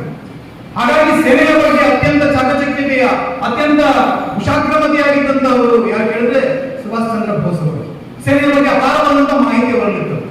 ಹಾಗಾಗಿ ಸುಭಾಷ್ ಚಂದ್ರ ಬೋಸ್ ಅವರು ಇಡೀ ಜಾಗತಿಕ ವಿದ್ಯಮಾನಗಳನ್ನು ಗಮನಿಸಿ ಆವತ್ತೇ ಸಾವರ್ಕರ್ ಅವರನ್ನ ಬೀಳ್ಕೊಟ್ಟು ನೇರವಾಗಿ ಅವರು ಕಲ್ಕತ್ತಾಕ್ಕೆ ಹೋಗ್ತಾರೆ, ಗ್ರಹಬಂಧನಕ್ಕೆ ಒಳಗಾಗ್ತಾರೆ. ಮೊದಲು ಅವರನ್ನ ಜೈಲಲ್ಲಿ ಇಟ್ಟಿದ್ರು, ಆದ್ರೆ ಅವರಿಗೆ ಪಿತ್ತಕೋಶದ ಸಮಸ್ಯೆ ಇದ್ದ ಕಾರಣ ಇಡೀ ದೇಶಾದ್ಯಂತ ಪ್ರತಿಭಟನೆಗಳು ನಡೆಯಿತು. ಸುಭಾಷ್ ಚಂದ್ರ ಬೋಸ್ ಅವರನ್ನು ಬಿಡುಗಡೆ ಮಾಡಬೇಕು. ಆನಂತರ ಅವ್ರು ಏನ್ ಮಾಡಿದ್ರು, ಮನೆಯಲ್ಲಿ ಇಟ್ಟು ಮನೆಯ ಹೊರಗಡೆ ಒಂದು 3-4 ಪೊಲೀಸರನ್ನ ಹಾಕಿ ಮನೆ ಬಿಟ್ಟು ಹೊರಗೆ ಬರಬಾರದು ಅಂತ ಹೇಳಿ ಸುಭಾಷ್ ಚಂದ್ರ ಬೋಸ್ ಅವರನ್ನ ಗೃಹಬಂಧನದಲ್ಲಿ ಕಲ್ಕತ್ತಾದ ಎಲ್ಗಿನ್ ರೋಡ್ ಏನಿದೆ ಅದರ ಪಕ್ಕದಲ್ಲಿ ಅವರ ಮನೆ ಇತ್ತು. ಜನವರಿ ಬಹುಶಃ 1941 ಜನವರಿ 17ನೇ ತಾರೀಕಿಗೆ ಅವರ ಮನೆಯಲ್ಲಿ ಒಂದು ಅಚ್ಚರಿ ಎನ್ನುವಂತ ಘಟನೆ ನಡೆಯಿತು. ಆವತ್ತಿನವರೆಗೆ ಸುಭಾಷ್ ಚಂದ್ರ ಬೋಸ್ ಅವರು ಮನೆ ವ್ಯಕ್ತಿಗಳಿಗೆ ಎಲ್ಲ ಒಂದು ದರ್ಶನ, ಒಂದು ಅವಕಾಶವನ್ನು ಕೊಡ್ತಾ ಇದ್ರು ಭೇಟಿಗೆ. ಆವತ್ತಿನಿಂದ ಹೇಳಿದ್ರು, ನಾನಿನ್ನು ಧ್ಯಾನಸ್ಥನಾಗ್ತೀನಿ, ಇವತ್ತು ಕಾಳಿ ಪೂಜನೆಯ ದಿನ, ಹಾಗಾಗಿ ನಾನು ಇನ್ನು ಮುಂದೆ ಯಾರಿಗೂ ನಿಮಗೆ ಭೇಟಿಗೆ ಸಿಗೋದಿಲ್ಲ. ನನಗೆ ಏನಾದರೂ ಆಹಾರ ಉಪಚಾರಗಳಿದ್ರೆ ಅದನ್ನ ಬಾಗಿಲಿನ ಸಂದಿನಿಂದ ಕೊಟ್ಟರೆ ಸಾಕು, ಒಳಗಡೆ ಯಾರು ಬರಬಾರ್ದು ಅಂತ ಹೇಳಿದ್ರು. ಎಲ್ಲರೂ ಆಯ್ತು ಅಂತ ಅಂದ್ಕೊಂಡ್ರು. ಆದ್ರೆ ಜನವರಿ 17ನೇ ತಾರೀಕಿಗೆ ಮುಚ್ಚಿದಂತ ಬಾಗಿಲು ಆಮೇಲೆ ತೆರೆದಿರುವುದು ಜನವರಿ 26ಕ್ಕೆ. ಸುಭಾಷ್ ಚಂದ್ರ ಬೋಸ್ ಅವರು ಅದಾಗಲೇ ಬಂಗಾಳದ ಹೆಬ್ಬುಲಿ ಭಾರತವನ್ನು ಬಿಟ್ಟು ಭಾರಿಯಾಗಿತ್ತು. ಅವರ ಸ್ವತಃ ಅವರ ಅಣ್ಣನ ಮಗ ಅವರಿಗೆ ಸಹಾಯವನ್ನು ಮಾಡ್ತಾರೆ. ನೇರವಾಗಿ ಡೆಲ್ಲಿಯಿಂದ ಕಲ್ಕತ್ತಾದಿಂದ ಧನಾಬಾದ್, ಧನಾಬಾದ್ನಿಂದ ದಿಲ್ಲಿಗೆ, ದಿಲ್ಲಿಯಿಂದ ಕಾಬೂಲ್, ಕಾಬೂಲ್ನಿಂದ ನೇರವಾಗಿ ಪೇಶಾವರದ ಮೂಲಕ, ಪೇಶಾವರದಿಂದ ಕಾಬೂಲ್, ಕಾಬೂಲ್ನ ಮೂಲಕ ರಷ್ಯಾಗೆ ಪ್ರಯಾಣವನ್ನು ಮಾಡ್ತಾರೆ. ಅಲ್ಲಿಂದ ಬರ್ಲಿನ್, ಜರ್ಮನಿಗೆ ಹೋಗಿ ಜರ್ಮನಿಯ ಬರ್ಲಿನ್ ರೇಡಿಯೋದಲ್ಲಿ ಅವರು ಮಾತನಾಡುತ್ತಾರೆ. ಇಡೀ ಭಾರತ ದಿಗ್ಭ್ರಮೆಯಾಗಿತ್ತು. ಸುಭಾಷ್ ಚಂದ್ರ ಬೋಸ್ ಅವರು ನಿಗೂಢವಾಗಿ ಕಣ್ಮರೆಯಾಗಿದ್ದಾರೆ. ಅದು ಅವರು ಮೊದಲ ಬಾರಿಗೆ ಕಣ್ಮರೆಯಾಗಿದ್ದಾರೆ. ಎಲ್ಲಿ ಹೋದ್ರು ಏನಾದರೂ ಗೊತ್ತಿಲ್ಲ. ಇಡೀ ಬ್ರಿಟಿಷ್ ಸರ್ಕಾರ ತಲೆ ಮೇಲೆ ಕೈ ಹೊತ್ತು ಕುಳಿತಿದೆ. ಎಲ್ಲ ಕಡೆಗಳಲ್ಲಿ ಅವರನ್ನು ಹುಡುಕುವಂತ ಕೆಲಸಗಳು ಆಗ್ತಾ ಇದೆ. ಆದ್ರೆ ಎಲ್ಲೂ ಕೂಡ ಸುಭಾಷ್ ಚಂದ್ರ ಬೋಸ್ ಅವರು ಸಿಗೋದಿಲ್ಲ. ಯಾಕಂದ್ರೆ ಅವರು ಅದಾಗಲೇ ಜರ್ಮನಿಯ ಬರ್ಲಿನ್ ಅನ್ನು ತಲುಪಿಯಾಗಿದೆ. ಬರ್ಲಿನ್ ರೇಡಿಯೋದಲ್ಲಿ ಮಾತನಾಡುತ್ತಾರೆ, ನಾನು ನಿಮ್ಮ ಸುಭಾಷ್ ಚಂದ್ರ ಬೋಸ್, ನಾನು ಸತ್ತಿಲ್ಲ, ಜೀವಂತ ಇದ್ದೀನಿ. ಭಾರತಕ್ಕೆ ಒಂದು ದೊಡ್ಡ ಸೇನೆಯನ್ನು ತಗೊಂಡು ಬಂದು ದೇಶದ ಸ್ವತಂತ್ರಕ್ಕೆ ಒಂದು ಬಹಳ ದೊಡ್ಡ ತಿರುವನ್ನು ನಾನು ಕೊಡುವುದಿದ್ದೀನಿ. ಆ ಮಾತಿನಿಂದ ಇಡೀ ದೇಶವೊಮ್ಮೆ ಕೊಡಗಿಕೊಳ್ಳುತ್ತೆ. ಆವತ್ತಿನಿಂದ ಸುಭಾಷ್ ಚಂದ್ರ ಬೋಸ್ ಅವರ ಆ INA ಅಭಿಯಾನ ಆರಂಭ ಆಯಿತು. ಆರಂಭದಲ್ಲಿ ಜರ್ಮನಿಗೆ ಹೋಗ್ತಾರೆ, ಹಿಟ್ಲರ್ನನ್ನು ಭೇಟಿ ಆಗ್ತಾರೆ.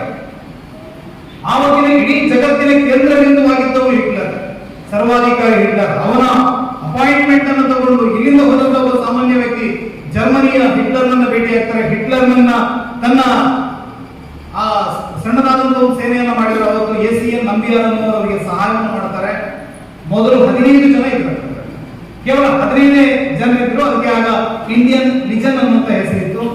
ಆ 15 ಜನರಿಂದ ಮುಂದೆ 3,500 ಜನರವರೆಗೆ ಅದು ವಿಸ್ತಾರ ಆಯಿತು. ಅನೇಕ ಜನರೊಂದು ಸೇರ್ಪಡೆ ಆದರು.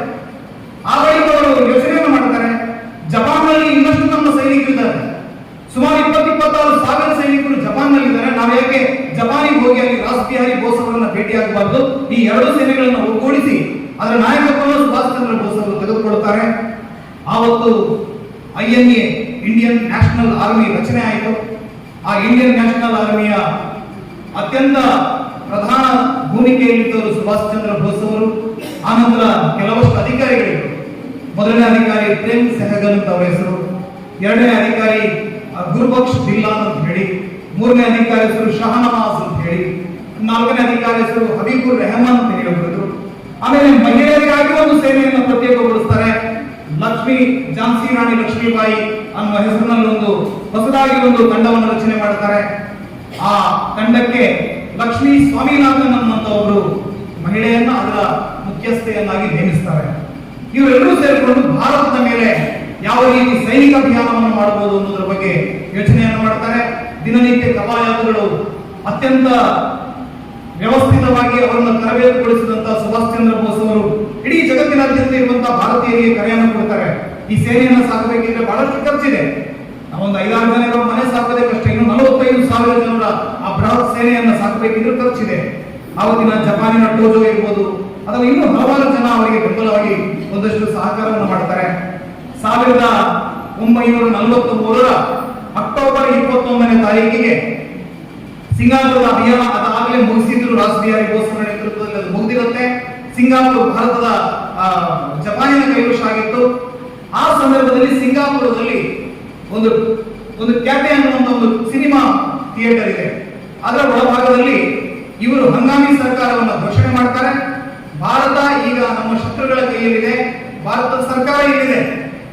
ಭಾರತಕ್ಕಿಂತ 1000 ಮೈಲಿ ದೂರದಲ್ಲಿ ಅವತ್ತು ಸರ್ಕಾರ ರಚನೆ ಆಗುತ್ತೆ. ಭಾರತದ ಮೊಟ್ಟ ಮೊದಲ ಸರ್ಕಾರವನ್ನು ಸುಭಾಷ್ ಚಂದ್ರ ಬೋಸ್ ಅವರು ರಚನೆ ಮಾಡ್ತಾರೆ. ಅದರಲ್ಲಿ ವಿದೇಶಾಂಗ ಮಂತ್ರಿ ಮತ್ತು ರಕ್ಷಣಾ ಮಂತ್ರಿಯಾಗಿ ತಾನೇ ಆ ಒಂದು ಜವಾಬ್ದಾರಿಯನ್ನು ತೆಗೆದುಕೊಳ್ಳುತ್ತಾರೆ.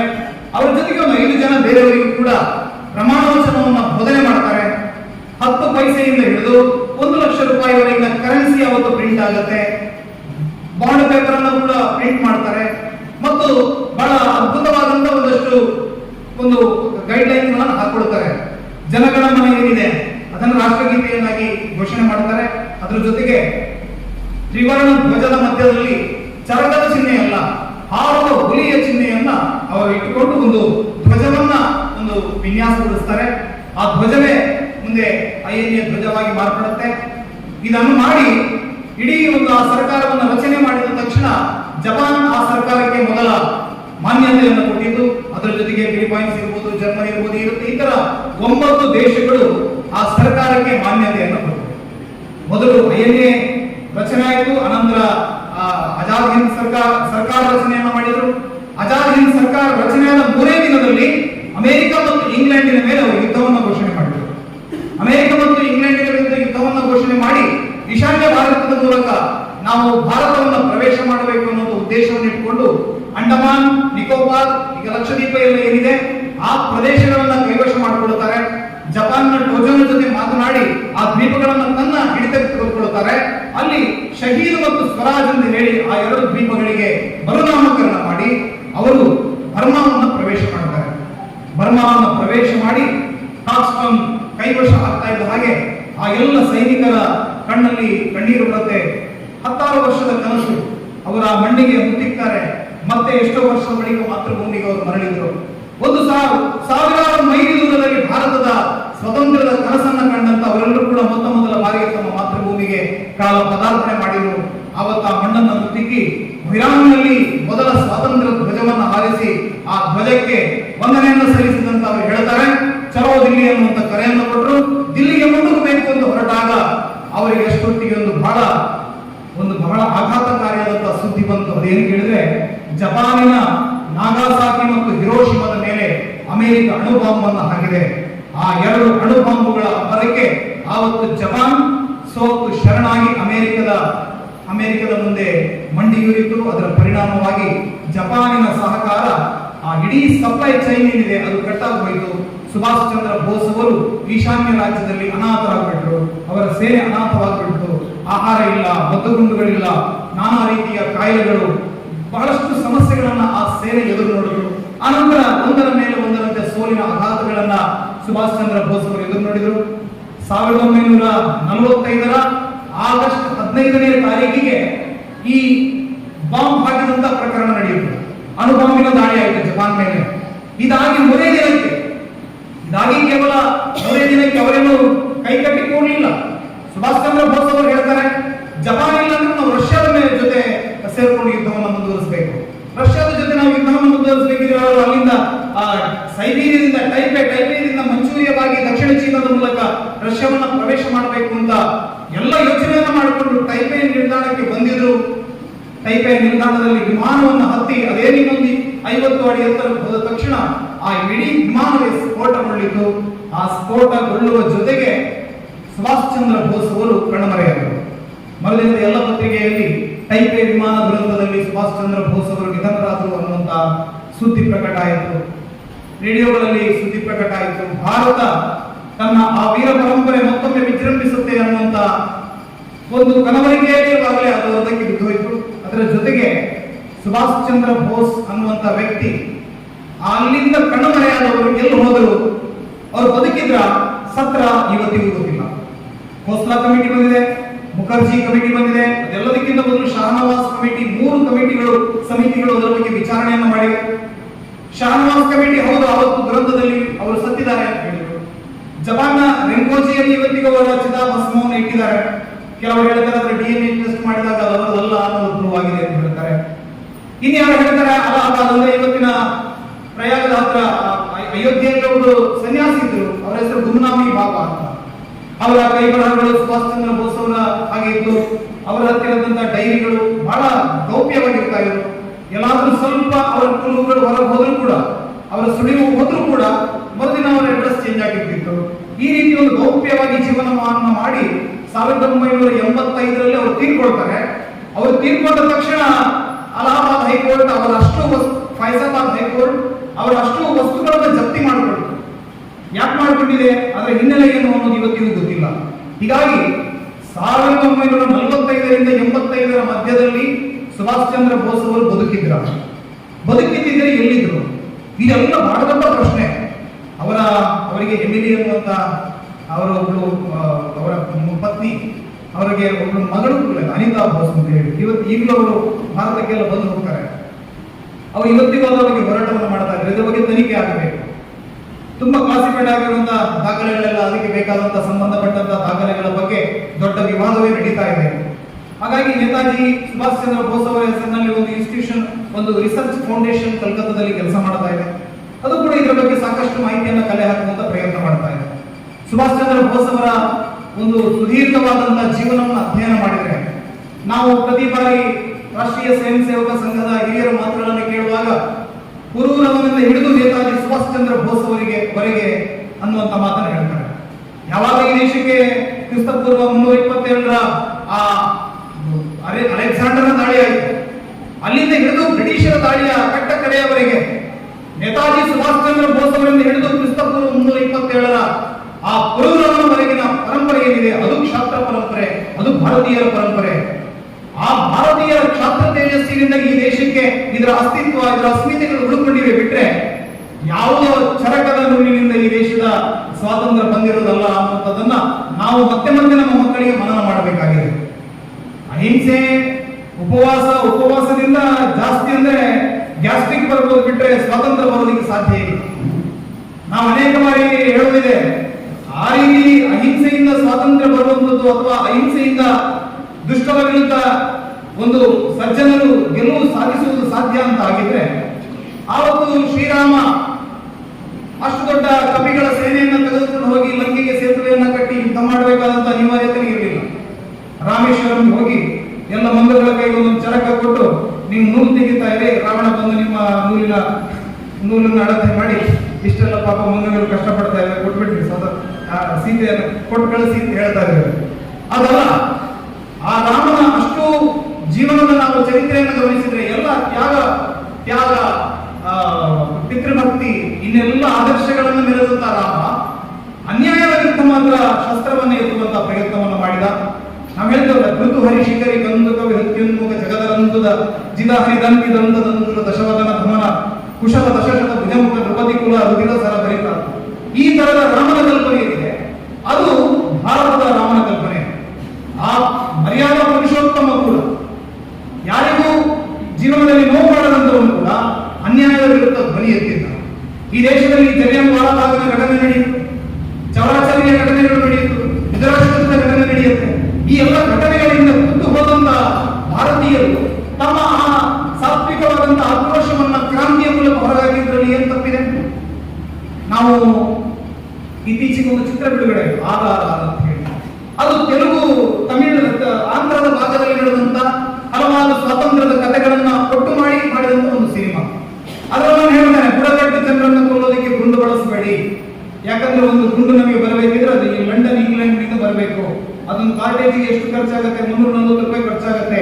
ಈ ಬುಡಕಟ್ಟು ಜನಗಳಿಗೆ ಭಾರತೀಯ ಜೀವಕ್ಕೆ ಅಷ್ಟು ಬೆಲೆ ಇಲ್ಲ, ಇವ್ರನ್ನ ಕಲ್ಲಲ್ಲಿ ಹೊಡೆದುಕೊಳ್ಬೇಕು ಅಂತ ಹೇಳ್ತಾರೆ. ಅಷ್ಟು ಕೆಟ್ಟದಾಗಿ, ಅಷ್ಟು ನಿಕೃಷ್ಟವಾಗಿ ಭಾರತವನ್ನು ನಡೆಸಿಕೊಂಡಂತ ಬ್ರಿಟಿಷರು ನಮ್ಮ ನೆಲದಲ್ಲಿ ನಮ್ಮನ್ನು ಆರ್ಥಿಕವಾಗಿ, ನಮ್ಮನ್ನು ಶೈಕ್ಷಣಿಕವಾಗಿ, ನಮ್ಮನ್ನು ಧಾರ್ಮಿಕವಾಗಿ ಶೋಷಣೆಗೆ ಒಳಪಡಿಸಿದಂತಹ ಬ್ರಿಟಿಷರ ವಿರುದ್ಧ ಒಂದು ಗಟ್ಟಿ ಧ್ವನಿಯಾಗಿ ಎದ್ದು ನಿಂತ ಆ ಎಲ್ಲ ಕ್ರಾಂತಿಕಾರಿಗಳನ್ನ ಇಡೀ ಚರಿತ್ರೆಯಲ್ಲಿ ಮರೆಮಾಚುವಂತ ಕೆಲಸವನ್ನು ಮಾಡಿದವರು ಯಾರು? ಕೇವಲ ಅಹಿಂಸೆಯಿಂದ ಈ ದೇಶಕ್ಕೆ ಸ್ವಾತಂತ್ರ್ಯ ಸಿಕ್ಕಿತು ಅನ್ನುವಂತ ಒಂದು ಭ್ರಮೆಯಲ್ಲಿ ನಾವು ಬದುಕ್ತಾ ಇರಬೇಕಿದ್ರೆ ಸುಭಾಷ್ ಚಂದ್ರ ಬೋಸ್ ಅವರ ಈ ಒಂದು INA ಅಭಿಯಾನ ಏನಿದೆ, ಆ ನಂತರ ನಡೆದಂತ ಅಭಿಯಾನ ಏನಿದೆ, ಅದನ್ನ ನಮ್ಮ ಮಕ್ಕಳಿಗೆ ತಿಳಿಸುವಂತ ಕೆಲಸವನ್ನ ನಾವು ಮಾಡಬೇಕು. ಏನು ವಾರ್ ಟೈಮ್ ಪ್ರೈಮ್ ಮಿನಿಸ್ಟರ್ ಆಗಿ ಮೆರೆದಂತ ವಿನ್ಸೆಂಟ್ ಚರ್ಚಿಲ್, ಅವನ ನಂತರ ಕ್ಲೆಮೆಂಟ್ ಆಟ್ಲಿ ಅಧಿಕಾರ ಬರ್ತಾರೆ. ಕ್ಲೆಮೆಂಟ್ ಆಟ್ಲಿಯ ಸಂದರ್ಭದಲ್ಲಿ ಅವನು ಹೇಳೋದು 1948ರ ಜೂನ್ ತಿಂಗಳ ಒಳಗೆ ನಾವು ಭಾರತವನ್ನ ಬಿಟ್ಟು ಹೋಗ್ತೀವಿ ಅಂತ ಹೇಳಿ. ಇವ್ರು ಹೇಳ್ತಾರೆ ಅಹಿಂಸೆಯಿಂದ ಸ್ವಾತಂತ್ರ್ಯ ಬಂತು. ಯಾವ ಅಹಿಂಸೆಯಿಂದಲೂ ಸ್ವಾತಂತ್ರ್ಯ ಬರಲಿಲ್ಲ. 1950ರ ನಂತರ ಯಾವುದೇ ಕಾಮನ್ವೆಲ್ತ್ ಕಂಟ್ರಿಗಳು ಕೂಡ ಬ್ರಿಟಿಷರ ಕೈವಶವಾಗಿರಲಿಲ್ಲ. ಬ್ರಿಟಿಷರು ಯಾವುದೇ ಕಾಲೋನಿಯನ್ನು ಹೊಂದಿರಲಿಲ್ಲ. ಯಾಕಂದ್ರೆ ಒಂದು ದೇಶವನ್ನ ವಸಾಹತು ಮಾಡಬೇಕಿದ್ರೂ ಕೂಡ ಒಂದು ತಾಕತ್ತು ಬೇಕು. ಆ ತಾಕತ್ತನ್ನು ಬ್ರಿಟಿಷರು ಕಳ್ಕೊಂಡಾಗಿತ್ತು ಎರಡನೇ ವಿಶ್ವಯುದ್ಧದಲ್ಲಿ. ಬ್ರಿಟಿಷರು ಎರಡನೇ ವಿಶ್ವಯುದ್ಧದಲ್ಲಿ ಜಯಗಳಿಸಿದ್ರು ಕೂಡ ಆರ್ಥಿಕವಾಗಿ ಬ್ರಿಟನ್ ದಿವಾಳಿಯಾಗೋಯ್ತು. ಇವತ್ತೊಬ್ಬ ಭಾರತೀಯ ಪ್ರಜೆ ಅಲ್ಲಿ ಅಧ್ಯಕ್ಷೀಯ ಚುನಾವಣೆಯಲ್ಲಿ ಸ್ಪರ್ಧಿಸೋದಕ್ಕೆ ಮುಂದೆ ನಿಂತಿದ್ದಾನೆ. ಈಸ್ಟ್ ಇಂಡಿಯಾ ಕಂಪನಿ, ಯಾವ ಕಂಪನಿ ನಮ್ಮನ್ನ ಕೈವಶ ಮಾಡಿಕೊಂಡು ಇಡೀ ದೇಶವನ್ನ ಗುಲಾಮಗಿರಿಗೆ ದುಡಿತೋ ಆ ಈಸ್ಟ್ ಇಂಡಿಯಾ ಕಂಪನಿಯನ್ನು ಗುಜರಾತಿನ ಪಟೇಲ್ ಇವತ್ತು ಖರೀದಿ ಮಾಡಿದ್ದಾರೆ. ಕಾರಣ ಏನು ಕೇಳಿದ್ರೆ ಬ್ರಿಟನ್ ಆರ್ಥಿಕವಾಗಿ ಸೋತು ಹೋಯಿತು. ಅಮೆರಿಕದಂತಹ ದೇಶಗಳು ಮೆರೆದು ಆನಂತರ ಉಚ್ಛ್ರಾಯ ಸ್ಥಿತಿಗೆ ಬಂದು ಬ್ರಿಟನ್ ಸೋತು ಹೋಯಿತು. ಇದನ್ನ ಕ್ಲೆಮೆಂಟ್ ಆಟ್ಲಿಯ ಜೊತೆಗೆ ಪಿ.ವಿ. ಚಕ್ರವರ್ತಿ ಅವರು ಒಂದು ಸಂದರ್ಶನದಲ್ಲಿ ಹೇಳ್ತಾರೆ. ಭಾರತದ ಸ್ವಾತಂತ್ರ್ಯದಲ್ಲಿ ಮಹಾತ್ಮ ಗಾಂಧೀಜಿಯ ಪಾತ್ರ ಏನು ಅಂತ ಕೇಳಿದಾಗ, ಕಾಂಗ್ರೆಸ್ಸಿನ ಪಾತ್ರ ಏನು ಅಂತ ಕೇಳಿದಾಗ ಅವನು ಮಿನಿಮಮ್ ಅಂತ ಹೇಳ್ತಾರೆ. ಒಂದು ಸ್ವಲ್ಪ ಇದೆ, ಜನಜಾಗೃತಿ ಮಾಡಿರ್ಬೋದು. ಅದು ಬಿಟ್ರೆ ಅವರ ಈ ಪ್ರದರ್ಶನಗಳಿಂದ ಸ್ವಾತಂತ್ರ್ಯ ಬಂದಿರೋದಲ್ಲ. ಈ ದೇಶಕ್ಕೆ ಸ್ವಾತಂತ್ರ್ಯ ಬಂದಿರೋದು ಯಾವುದಂತ ಕೇಳಿದ್ರೆ ಸುಭಾಷ್ ಚಂದ್ರ ಬೋಸ್ ಅವರ ಐಎನ್ಎ ಮೂವ್ಮೆಂಟಿನಿಂದ. ಯಾವ ಐಎನ್ಎ ಮೂವ್ಮೆಂಟ್ ನಡೀತೋ ಐಎನ್ಎ ಮೂವ್ಮೆಂಟಿನ ನಂತರ ಲಾಲ್ ಕಿಲೆ ಸೆ ಏಕಿ ಆವಾಜ್, ಶಹನವಾಜ್ ದಿಲ್ಲಾ, ಇವರು ಏನು ಅವರ ಹೆಸರು ನೆನಪಿಗೆ ಬರ್ತಾ ಇಲ್ಲ. ಈ ಮೂರು ಜನ ಇವರನ್ನು ವಿಚಾರಣೆ ಮಾಡ್ತಾರೆ ಅಂತ ರೆಡ್ ಕೋರ್ಟ್ ಟ್ರಯಲ್ ಅಂತ ನಡೆಸ್ತಾರೆ. ಸೆಹಗಲ್ ದಿಲ್ಲಾನ್ ಶಹನವಾಜ್, ಲಾಲ್ ಕಿಲೆ ಸೆ ಏಕಿ ಆವಾಜ್, ಸೆಹಗಲ್ ದಿಲ್ಲಾನ್ ಶಹನವಾಜ್ ಅನ್ನುವಂಥ ಘೋಷಣೆಗಳು ಇಡೀ ದೇಶಾದ್ಯಂತ ಮೊಳಗುತ್ತವೆ. ಕಾರಣ ಏನು ಕೇಳಿದ್ರೆ ಈ ಐತಿಹಾಸಿಕ ರೆಡ್ ಕೋರ್ಟ್ ಟ್ರಯಲ್ ನ ವಿರುದ್ಧ ಇಡೀ ದೇಶದಾದ್ಯಂತ 10,000 ಪ್ರತಿಭಟನೆಗಳು ದಾಖಲಾಗ್ತವೆ. ಆಗ ಬ್ರಿಟಿಷರು ಹೇಳ್ತಾರೆ, ಒಂದು ವೇಳೆ ನಾವು ಈ ವಿಚಾರಣೆಯನ್ನ ಕೈಬಿಡದೆ ಹೋದ್ರೆ ದೇಶದಲ್ಲಿ 1857ರಲ್ಲಿ ಯಾವ ರೀತಿ ದಂಗೆ ನಡೆಯಿತೋ ಆ ರೀತಿಯ ಸಿಪಾಯಿ ಕ್ರಾಂತಿಯನ್ನು ನಾವು ಮತ್ತೊಮ್ಮೆ ಎದುರಿಸಬೇಕಾಗತ್ತೆ. ಆದ್ರೆ ಆವತ್ತು ಆ ದಾಳಿಯನ್ನ ನಾವು ಸಮರ್ಥವಾಗಿ ಮಟ್ಟ ಹಾಕಿದ್ವಿ. ಕಾರಣ ಏನು ಕೇಳಿದ್ರೆ ನಮ್ಮಲ್ಲಿ ತಾಕತ್ತಿತ್ತು, ಇವತ್ತು ನಮ್ಮಲ್ಲಿ ಆ ಶಕ್ತಿ ಇಲ್ಲ, ಸೈನಿಕ ಶಕ್ತಿ ಇಲ್ಲ ಅನ್ನೋ ಮಾತನ್ನ ಸ್ವತಃ ಬ್ರಿಟಿಷರು ಒಪ್ಕೊಳ್ತಾರೆ. ಆ ಐತಿಹಾಸಿಕ ರೆಡ್ ಕೋರ್ಟ್ ಟ್ರಯಲ್ ಅನ್ನು ಅವರು ಡ್ರಾಪ್ ಮಾಡ್ತಾರೆ, ಅರ್ಧಕ್ಕೆ ಕೈ ಬಿಡ್ತಾರೆ. ಇದು ಭಾರತೀಯರ ಮೊದಲ ಜಯ. ಎರಡನೇ ಜಯ ಮುಂಬೈಯ ರಾಯಲ್ ನೇವಿಯಲ್ಲಿ ದಂಗೆ ಹೇಳುತ್ತೆ. ಸೈನಿಕರನ್ನು ದುಡಿಸಿಕೊಂಡಂತ ಬ್ರಿಟಿಷರು ಸರಿಯಾಗಿ ಸಂಬಳ ಕೊಡಲಿಲ್ಲ. ಇದರ ಪರಿಣಾಮವಾಗಿ ಇಡೀ ಸೈನ್ಯದಲ್ಲಿ ಒಂದು ರೀತಿಯಲ್ಲಿ ಬಂಡಾಯ ಎದ್ದುಬಿಟ್ರು. ಅವತ್ತು ಯೂನಿಯನ್ ಜಾಕ್ ಅನ್ನು ಕೆಳಗಿಳಿಸಿ ಭಾರತದ ಧ್ವಜಗಳನ್ನು ಹಾಕಿದ್ರು. ಅಲ್ಲಲ್ಲಿ ಬ್ರಿಟಿಷರೇ ಭಾರತ ಬಿಟ್ಟು ತೊಲಗಿ ಅಂತ ಹೇಳಿ ಬ್ರಿಟಿಷರ ಸೈನಿಕ ಚಾವಣಿಯ ಒಳಗಡೆ ಬರಹಗಳು ಕಂಡು ಬರೋದಕ್ಕೆ ಆರಂಭ ಆಯಿತು. ಇದರ ಪರಿಣಾಮವಾಗಿ ಬ್ರಿಟಿಷರು ಭಾರತವನ್ನು ಬಿಟ್ಟು ತೊಲಗುತ್ತಾರೆ. ಇದು ಈ ದೇಶದ ನಿಜವಾದ ಇತಿಹಾಸ.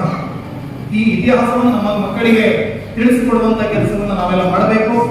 ಈ ಒಂದು ಛಾತ್ರಪೂರ್ಣವಾದ ಇತಿಹಾಸವನ್ನು ನಮ್ಮ ಮಕ್ಕಳಿಗೆ ನಾವು ತಿಳಿಸದೆ ಹೋದ್ರೆ ಮುಂದೆ ಬರುವಂತಹ ಸವಾಲುಗಳಿಗೆ ಉತ್ತರವನ್ನು ಕಂಡುಕೊಳ್ಳುವುದು ನಮಗೆ ಕಷ್ಟ ಆದಿತ್ತು ಅನ್ನೋ ಮಾತನ್ನು ಹೇಳ್ತಾ ಬಹಳ ಒಂದು ಅದ್ಭುತವಾದಂತಹ ಕಾರ್ಯಕ್ರಮದಲ್ಲಿ ಮಾತನಾಡೋದಕ್ಕೆ ನಿಮಗೆ ಅವಕಾಶವನ್ನು ಕೊಟ್ಟಿದ್ದೀರಿ. ಸಾಕಷ್ಟು ಶಿಕ್ಷಕಿಯರು ಬೋಧಕ ವರ್ಗದವರು ಇಲ್ಲಿದ್ದೀರಿ. ನಮ್ಮಲ್ಲಿ ಬಹಳ ದೊಡ್ಡ ಜವಾಬ್ದಾರಿ ಇದೆ. ಅದೇನು ಕೇಳಿದ್ರೆ ಇವತ್ತು ಈ ದೇಶ ಸಾಗ್ತಾ ಇರುವಂತಹ ದಿಕ್ಕೇನಿದೆ ಇದನ್ನು ನಾವು ಸರಿಯಾಗಿ ಗಮನಿಸಬೇಕು.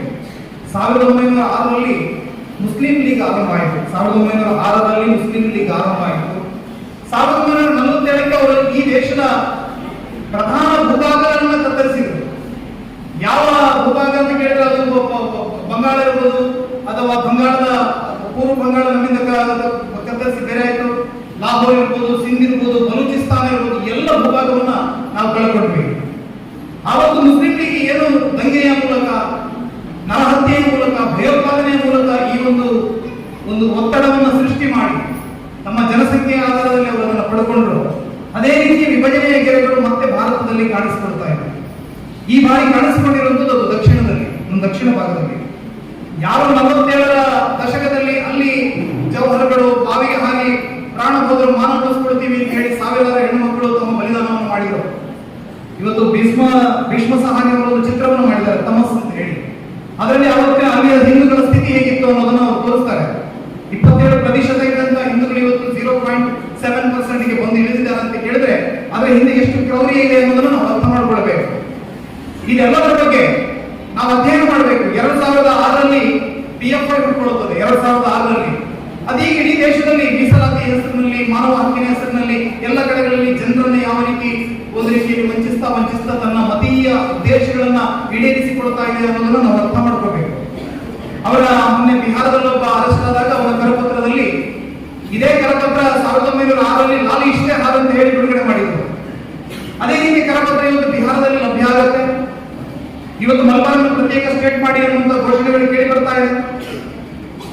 ಈ ರೀತಿಯ ವಿಭಜನಕಾರಿ ಶಕ್ತಿಗಳಿಂದ ಈ ದೇಶವನ್ನು ಉಳಿಸಿಕೊಳ್ಳಬೇಕಿದ್ರೆ, ಈ ದೇಶದ ಸಂಸ್ಕೃತಿಯನ್ನು ಉಳಿಸಿಕೊಳ್ಳಬೇಕಿದ್ರೆ ನಾವೆಲ್ಲರೂ ಮತ್ತೊಮ್ಮೆ ಆ ಕ್ಷಾತ್ರ ಪರಂಪರೆಯನ್ನ ಪುನರುಜ್ಜೀವನಕ್ಕೆ ಉಳಿಸುವಂತಹ ಕೆಲಸಕ್ಕೆ ನಾವೆಲ್ಲರೂ ಕೈ ಹಾಕಬೇಕು. ಆ ಕೆಲಸ ಸಾಧ್ಯ ಇರುವಂತದ್ದು ನಮ್ಮ ತಾಯಿಯಂದ್ರಿಂದ ಮಾತ್ರ. ಯಾಕಂದ್ರೆ ಈ ಭಾರತದ ನೆಲ ಏನಿದೆ ಅದು ವೀರಭೋಗ್ಯ ವಸುಂಧರ ಅಂತ ನಮಗೆ ತಿಳಿಯಬೇಕು. ವೀರರಿಗೆ ಮಾತ್ರ ನಾವು ಭೋಗಿಸೋದಕ್ಕೆ ಸಾಧ್ಯ. ಸೂರ್ಯ ಚಂದ್ರನಿಗೆ ಇಲ್ಲಿ ಪ್ರಭೆಯಿತು ಇರಲಿಲ್ಲ, ನಿನ್ನ ಕೀರ್ತಿಯ ಜ್ಯೋತಿ ಪ್ರಜ್ವಲಿಸಿತು. ಮೇಘ ಮಂಡಲವೇರಿ ವಿಜಯ ವೀರ ಧ್ವಜವು ಸ್ವಾತಂತ್ರ್ಯ ಸಂಭ್ರಮದಿ ಸಂಚರಿಸಿತು ಅಂತ ಹೇಳಿದ ಹಾಗೆ ಆ ವಿಜಯದ ಸ್ವಾತಂತ್ರ್ಯದ ಸಂಭ್ರಮ ಮತ್ತೊಮ್ಮೆ ನಮ್ಮೆಲ್ಲರಲ್ಲಿ ಇರಬೇಕು, ನಮ್ಮ ಮುಂದಿನ ಪೀಳಿಗೆಗೂ ಸಿಗಬೇಕು ಅಂತಾದ್ರೆ ಆ ಮಕ್ಕಳನ್ನ ರಾಷ್ಟ್ರೀಯ ಕಾರ್ಯಕ್ಕೆ ಅಣಿಗೊಳಿಸುವಂತ ಕೆಲಸಕ್ಕೆ ನಾವೆಲ್ಲರೂ ಮುಂದಾಗೋಣ ಅಂತ ಹೇಳ್ತಾ ಅವಕಾಶಕ್ಕಾಗಿ ವಂದನೆಗಳು. ಜೈ ಹಿಂದ್. ಧನ್ಯವಾದಗಳು ಸರ್. ಇಲ್ಲಿಗೆ 4ನೇ ಅವಧಿ ಮುಗಿದರೆ ಇನ್ನು 10 ನಿಮಿಷದ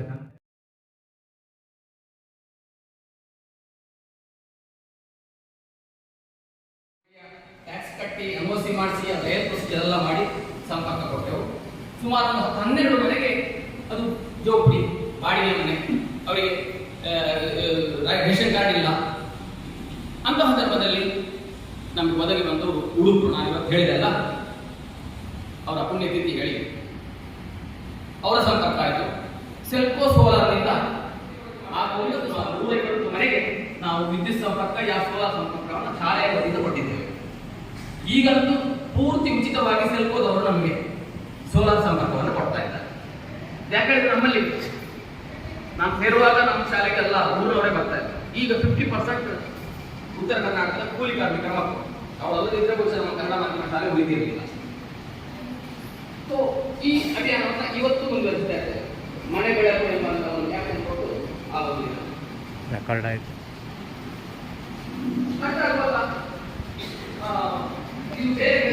ಎದುರುಗಡೆ ತಿರುಗಬಾರ್ದು. ಏನ್ ಹೇಳಿದ್ರೆ, ನೀವು ಯೋಜನೆಗಳನ್ನ ಮಾಡಬೇಕು, ಮತ್ತೆ ಸ್ವಲ್ಪ ನಿಮ್ಮ ಬಳಗದಲ್ಲಿ ಅದರ ಬಗ್ಗೆ, ಅದರ ಮಹತ್ವದ ಬಗ್ಗೆ ಪ್ರಚಾರವನ್ನು ಕೊಡಬೇಕು. ಸರ್ಕಾರ ಕಟ್ಟುವ ಅನುದಾನವನ್ನು ಕೂಡ, ಫೀಸನ್ನು ಕೂಡ ನಾವೇ ಕಟ್ತಾ ಇದ್ದೇವೆ. ಬಹಳ ಸಂತೋಷದಿಂದ ಹೇಳ್ತಾ ಇದ್ದೇನೆ. ಇವತ್ತಿಗೆ ಶಾಲೆಯನ್ನ 11 ಕೊಠಡಿ ಇದ್ದದ್ದು ಉಚಿತ 3 ಕೊಠಡಿಗೆ ಬಂತು, 8, 9 ಬಂತು. ಈಗ ಉಚಿತ ಕೊಠಡಿಯನ್ನ ತೆರೀತಾ ಇದೆ. 9ನೇ ತರಗತಿಯಲ್ಲಿ 80 ಮಕ್ಕಳು, 82 ಮಕ್ಕಳು, 88 ಮಕ್ಕಳು.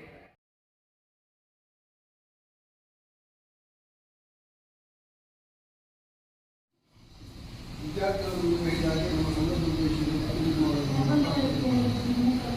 ಪೂರ್ವವಾದಂತಹ ಇನ್ನಷ್ಟು ಚಟುವಟಿಕೆಗಳನ್ನು ನಾವು ಮಾಡ್ತೇವೆ. ಬರ್ಬೋದು ಕಷ್ಟ ಈಗ ನಾವು ಫೇಸ್ ಮಾಡ್ತಾ ಇದ್ವಿ. ಕಡ್ಡಾಯ ಇದು ಮಾಡಿದೆ. ಈಗ ಎಲ್ಲರ ಮನಸ್ಥಿತಿ ಕೂಡ ಒಂದು ಸೂತ್ರದಲ್ಲಿ ಈಗ ಬಂದಿದೆ. ನಮ್ಮ LKG-ಯಿಂದ ಹಿಡಿದು PUC ವರೆಗೂ ಕೂಡ ಎಲ್ಲವನ್ನು ಕೂಡ ಅಳವಡಿಸ್ತಾರೆ. ವಿದ್ಯಾಭ್ಯಾಸ ಎಲ್ಲವನ್ನು ಕೂಡ ಇನ್ನೇನು ಅಂತ ಹೇಳಿದ್ರೆ ನಮ್ಮಲ್ಲಿ ಬೇಕಾಗಿರುವುದಿಲ್ಲ ಸಂಘದ ಶಿಕ್ಷಣಕ್ಕೆ. ಇಲ್ಲಿ ನಮ್ಮ ಪುತ್ತೂರಿನಲ್ಲಿ ವಿವೇಕಾನಂದ ಆಗಬಹುದು ಅಥವಾ ಕರ್ನಾಟಕದಲ್ಲಾಗಬಹುದು ವಿದ್ಯಾರ್ಥಿಗಳನ್ನು ಜಾಸ್ತಿ ತಲೆಗೆ ಹೋಗಿ, ಯಾಕಂದರೆ ಅಲ್ಲಿ ಅದಕ್ಕೆ ಒಂದು ಜಾಸ್ತಿ ಶಿಕ್ಷಣ ಸಿಗ್ತದೆ.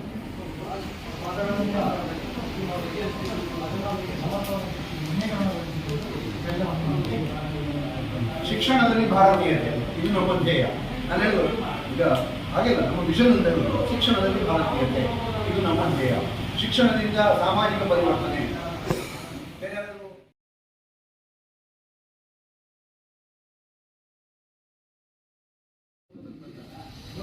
ಅವನಿಗೆ ಅನ್ನಿಸ್ತು ಓದ್ತಾರ ಪಾಠ ಎಲ್ಲ ಓದಿ ನಾನು PUC ಕಟ್ಟಿ ಪಾಸ್ ಮಾಡಿ ಅವರ ಮಗನ ಜೊತೆಯಲ್ಲಿ ಡಿಗ್ರಿಗೆ ಸರ್, BA-ಗೆ ಸರ್, BA-ಗೆ ಸೇರ್ಕೊಂಡು B.Ed ಮಾಡಿ. ನಾನು ಓದುವಾಗ, ನಾನು ನೋಡುವಾಗ ಅವರು B.Ed ಮಾಡ್ತಾರೆ. ನಾನು ಆಮೇಲೆ ಅವ್ರನ್ನ ಕೇಳಿದೆ, ಮಗಳು 9ನೇ ಕ್ಲಾಸ್, ಮಗ ಡಿಗ್ರಿ, ಇವರು ಸಹ B.Ed ಮಾಡ್ತಾರೆ. ಆಮೇಲೆ ಅವರು ಅದೇ ಶಾಲೆಗೆ ನಾನು ಟೀಚರ್ ಆಗಿ ಹೋಗ್ತೀನಿ ಅಂತ ಹೇಳಿ ಅವರು ಜೊತೆಗೆ ಸಾಮಾಜಿಕ ಇನ್ನೊಬ್ರು ಈಗ ಅವರು ನಾವು ಬರ್ತಾ ಇದ್ದೀವಿ ಅವರು BSc ಓದಿದ್ರು ಮತ್ತು MScಗೆ ಸೇರ್ಕೊಂಡಿದ್ರು. ಆಮೇಲೆ ಅವ್ರ ಮನೇಲಿ ಅವ್ರನ್ನ ಮದುವೆ ಮಾಡಿದ್ರು. ಸರಿ ಸರಿ ಅವರ ಮಗಳನ್ನ ಶಾಲೆಗೆ ಸೇರಿಸಿದ್ರು. ಇದು ಮಾಡಿದ್ರೆ ಒಳ್ಳೆಯದು. ಗದಗದಲ್ಲಿ ಒಂದು ಒಳ್ಳೆಯದು. ವಿದ್ಯಾಭಾರತಿ ಶಾಲೆ ಹೇಳಿ. ಮಗಳನ್ನ ಶಾಲೆಗೆ ಸೇರಿಸಿದ್ರು.